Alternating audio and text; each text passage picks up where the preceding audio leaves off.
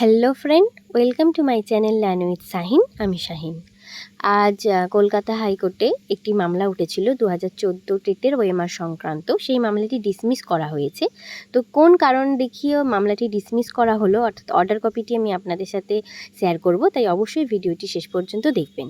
তো চলুন ভিডিওটি শুরু করা যাক। এই যে ডেটটা দেখতেই পাচ্ছেন 25/5/2025, অর্থাৎ আজকেরই order copy. Court number 18, item number 56-এ ছিল। WPA নাম্বার দেওয়া রয়েছে।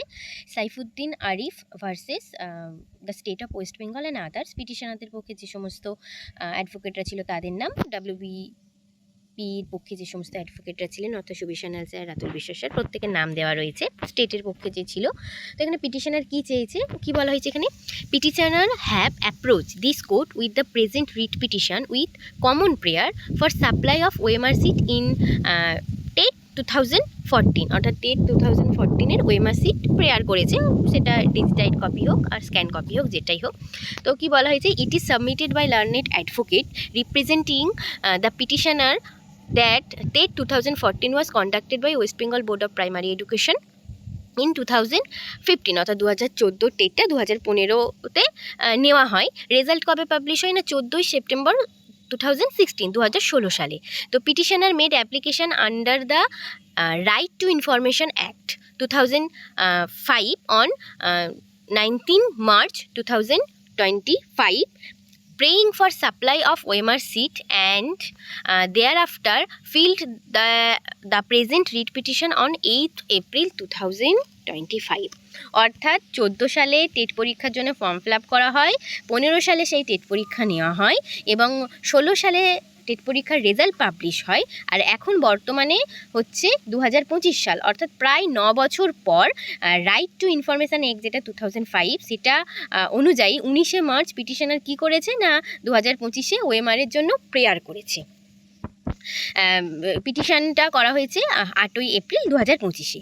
তো কোর্ট কি বলছে এই পরিপ্রেক্ষিতে, this court can not brush aside the fact that result of TET 2014 was published on 14 September 2016, and thereafter for a period of 9 years petitioner did not take step for obtaining copies of OMR seat in connection with TET 2014। তো এখানে মানে order কপিতে বলা হয়েছে যে 2016 সালের 14ই September result publish হয়েছিল, এখন 2025 সাল।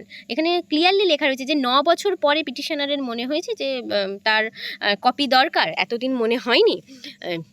তো দেন কি বলা হয়েছে যে application under the right two information act 2005 was made on 19th March 2025 and subsequently on 8th April 2025 present writ petition has been instituted seeking supply for copies of OMR seat in connection with TET 2014 which was held in 2015।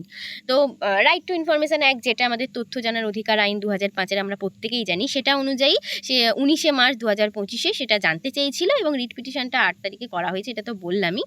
তো in this regard reliance is placed on the judgment of the honourable Supreme Court report 2017। তো এই পরিপ্রেক্ষিতে 2007 সালে একটা supreme court থেকে report দেওয়া হয়েছিল, judgement এসেছিল, যেখানে কি বলা হয়েছে যে 9 সুপ্রিম কোর্ট কেসে 278 new Delhi municipal council versus যে একটা রয়েছে, এটার পিডিএফটা আমি দেখাবো আপনাদের পরবর্তীতে। তো ইন প্যারাগ্রাফ 17-এ বলা হয়েছে, of said judgment it has been held by the Honorable Supreme Court that although there is no period of limitation provided for filing a writ petition under Article 226 of the Constitution of India, ordinarily writ petition should be filed within a reasonable time। কি বলা হয়েছে যে right two information act 2005 অনুযায়ী অবশ্যই আমাদের তথ্য জানার অধিকার আমাদের রয়েছে, কিন্তু এখানে জাজমেন্ট কি দিয়েছে যে সেটা কিন্তু রিজনেবল টাইমের মধ্যে, যে কেউ 10 বছর 15 বছর পর এসে যে আমার এই তথ্যটা চাই এরকম বললে কিন্তু হবে না, একটা রিজনেবল টাইম অবশ্যই দরকার, সেই টাইমের মধ্যেও করতে হবে। আর আমরা প্রত্যেকেই জানি যে ওএমআরের জন্য কিন্তু বোর্ড নোটিশ দিয়েছিল এত তারিখের মধ্যে আপনারা যাদের যাদের ওএমআর দরকার তারা সেই পরিপ্রেক্ষিতে ওএমআর নিয়ে নিন। তো সেই ক্ষেত্রে এখানে কি বলা হয়েছে, in the present case petitioner have prefer application under the right two Information Act 2005, 9 years after publication of result and thereafter fill the present writ petition. Moreover, Mr. Shanna, learned senior advocate representing the board, has submitted that result of TET 2014 was published on 14 September 2016, and on the same day on website of the board a notice was published inviting application from the candidate who participate in TET 2014 for obtaining photocopies of OMR sheet or digitized data sheet upon payment of requesting cost. তো পর্ষদের পক্ষ থেকে যে advocate ছিলেন Subir Sanyal sir, তিনি বলেছেন যে TET পরীক্ষার পর রেজাল্ট যেদিন বার হয়েছিল সেই দিনই নোটিফিকেশান জারি করে বলা হয়েছিল যে যারা যারা তাদের ওএমআর কপি নিতে চায়, ফটোকপিস হোক বা যেটাই হোক, সেটা তারা অ্যাপ্লাই করতে পারে। যে পেমেন্ট দেওয়ার কথা সেই পেমেন্ট দিয়ে সেটা বলা হয়েছিল, এবং সেটার যে টাইম সেটাও বলে দিয়েছিল। Time which was provided to approach the board in terms of notice date 14 September 2016 was 30 days, অর্থাৎ 30 দিনের মধ্যে। Petitioner did not avail said opportunity, তো পিটিশনার তো সেই সময় তো সেই অপরচুনিটি দেওয়া হয়েছিল, সেটা সে নেয়নি। Hence no relief can be granted to the petitioner at this belated stage. তো সেই জন্য পিটিশনারকে আর কোনো রিলিফ দেওয়া হচ্ছে না, যেহেতু লেট হয়ে গেছে, 9 বছর লেট হয়ে গেছে। Writ petition stand dismiss, writ পিটিশনটা ডিসমিস করা হলো। Urgent photostat certified copy of this order if applied for be given to the parties on usual undertaking. তো যে এই যে অর্ডার কপিটা দেওয়া হলো, এটার সার্টিফাইড কপি প্রত্যেকের যাতে দেওয়া হয় সেটা বলা হয়েছে। তো এটা মাননীয় বিচারপতি সৌগত ভট্টাচার্যার আর বেঞ্চে এই অর্ডারটা আজকে এসেছে। আমি এটা পুরোটাই আপনাদের শোনালাম।